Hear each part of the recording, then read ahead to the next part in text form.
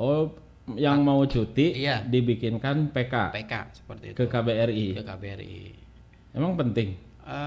Kalau menurut saya pribadi itu penting. Penting. Iya penting. Kenapa? Karena apa namanya, PK itu di sana kita tercantum ya apa besaran gaji, besaran gaji ya. Iya. Jadi jelas. Oh itu iya, diketahui, saya ingat benar-benar. diketahui oleh Iya, KBRI, iya. kemudian majikan dan juga pekerja, jelas tercantum di sana gajinya berapa, seperti itu.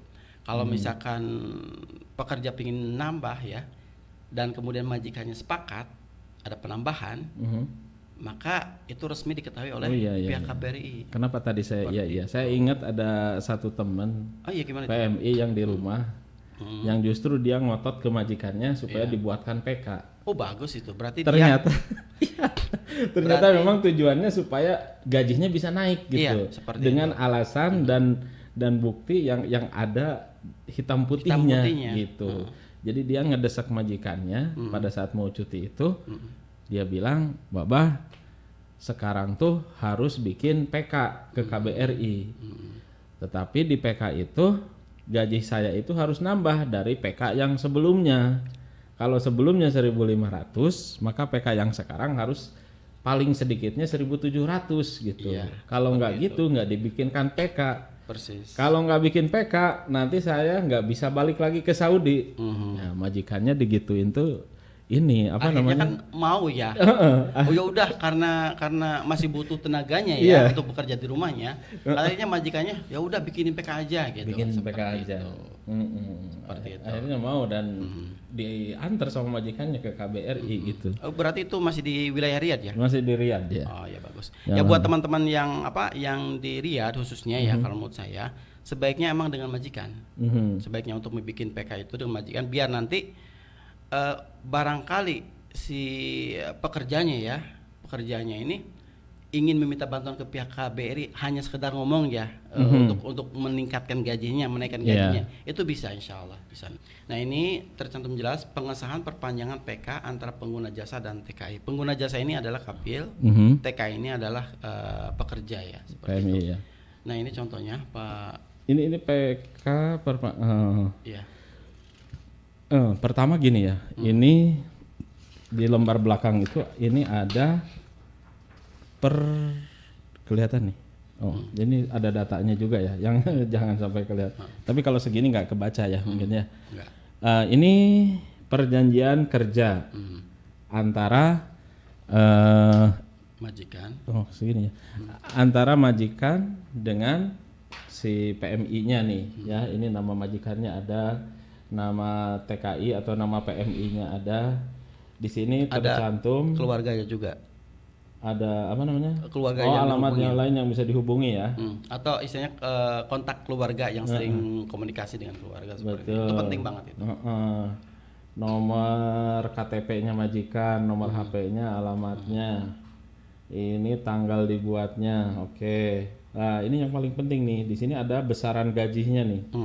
Dengan gaji bulanan.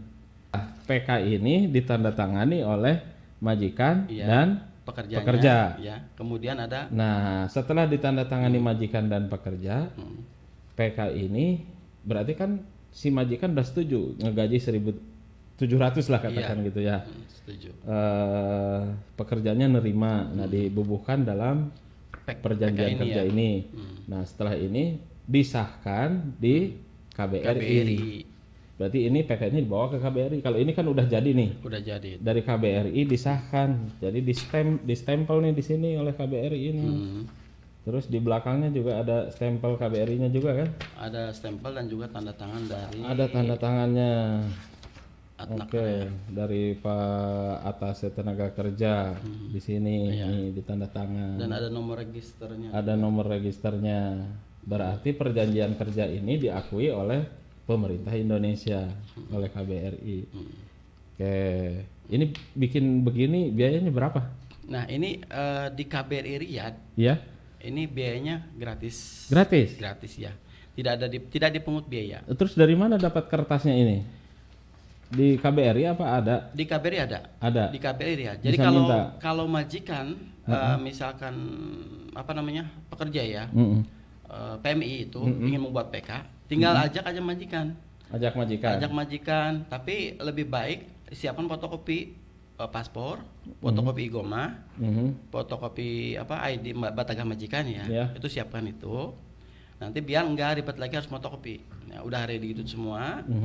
Paspor aslinya dibawa, igoma asli dibawa dengan majikan, langsung minta formulirnya. Formulir perjanjian kerja ini. Nanti bisa tulis tangan, tidak apa-apa. Oh, ditulis tangan. Ya, tidak apa-apa. Berarti si majikan dan si pekerja menandatangani PK ini di depan orang KBRI. Kalau datang ya. Dan biayanya gratis. Berapa hari jadinya ini? Untuk PK itu biasanya 4 hari sih. Mereka bilangnya 3 hari 4 hari seperti itu. Seperti itu. Kalau teman-teman PMI sudah 2 tahun nih, sudah 2 tahun kontrak, bilang sama majikan, bos, ya baba, ya bos, anak kalah sanaten, saya sudah 2 tahun. Nah, hada lazim sawi agjadid. Agak jadid ya. Harus bikin kontrak baru. Kalau bos masih mau saya kerja di sini, saya masih pengen kerja di sini sama kamu bos gitu ya, ibaratnya kayak gitu. Nah, itu bagusnya bikin itu Pak Tatang. Yang seperti ini, nanti formatnya sama Pak Tatang seperti ini. Iya, PK. Beda sama yang kerja di rumah dengan yang ini. Sama. Oh, untuk syarikah ada lagi formatnya beda. Beda ya. Nanti kalau untuk apa ya? Kalau ini kan di sini majikan ada, kemudian nama keluarga yang di Indonesia juga dicantumkan. Kalau untuk syarikat tidak. Cuman pihak pertama majikan, nama perusahaan, kemudian pihak keduanya pekerjanya. Udah seperti itu. Dan harus ada pakai kop syarikah. Ada kop syarikah. Buat teman-teman yang ingin bikin PK ya. PK itu untuk khusus KBRI Riyadh saya belum tahu kalau kebijakan di Jeddah. Tapi untuk KBRI Riyadh itu gratis ya, gratis. Tapi itu harus bikin sendiri, datang sendiri ke KBRI Riyadh. Misalkan kalau yang jauh sejatinya itu bisa ya. Ini saya bukan, mungkin ini baik atau tidak baik itu relatif ya. Tapi contoh beginilah. Ada beberapa kantor juga yang memberikan pelayanan. Kantor Istiqdam ya. Ataupun kayak biro jasa, ataupun kayak modelan banyak lah, kayak modelan FIFA dan lain sebagainya, SAS gitu ya. Itu mereka tuh memberikan jasa untuk pembuatan PK. Seperti itu. Nah, kalau misalkan saya sibuk, nggak mungkin datang ke Riyadh untuk boro-boro mau nganterin. Majikannya sibuk, boro-boro mau nganterin gitu kan ya. Kemudian TKW-nya juga sibuk. Capek kalau ke Riyadh itu harus naik bis misalkan ya, seperti itu, naik turun mobil kayak gitu, muntah nanti di jalan kayak gitu. Bisa menggunakan jasa kantor-kantor jasa seperti itu. Ya mungkin tarifnya beda-beda ya. Tinggal ajak majikannya. Oh, jadi kalau yang bayar itu karena memang tidak berangkat sendiri ke Tidak berangkat sendiri. Karena kan saya dengar ada yang bayar 400, ada yang 700. Iya, seperti itu. Ada yang berapa? Iya. Dan ada enaknya tuh gini ya kalau menurut saya. Biasanya kalau melalui jasa itu nanti PK-nya mungkin pakai komputer ya, lebih rapih lah gitu. Ya nggak ditulis tangan. Nggak tulis tangan, lebih rapi. Kemudian udah pasti jasa kantor jasa tersebut juga ingin memastikan gajinya, ikut membantu juga, bisa membantu. Kalau ada orang Indonesia pasti dibantu. Misalkan bicara dengan majikannya untuk ditaikkan gaji sebelum ke KBRI pun akan dibantu oleh kantor yang membuatkan PK tersebut masalah gaji ya. Pak ingin ditambahin, ngobrol dengan majikannya bisa. Di sana nego. Seperti itu. Oke, terima kasih Pak Dudung. Tetap semangat, jaga kesehatan, jaga jarak, dan jangan lupa menabung. Terima kasih Pak Dudung. Sama-sama.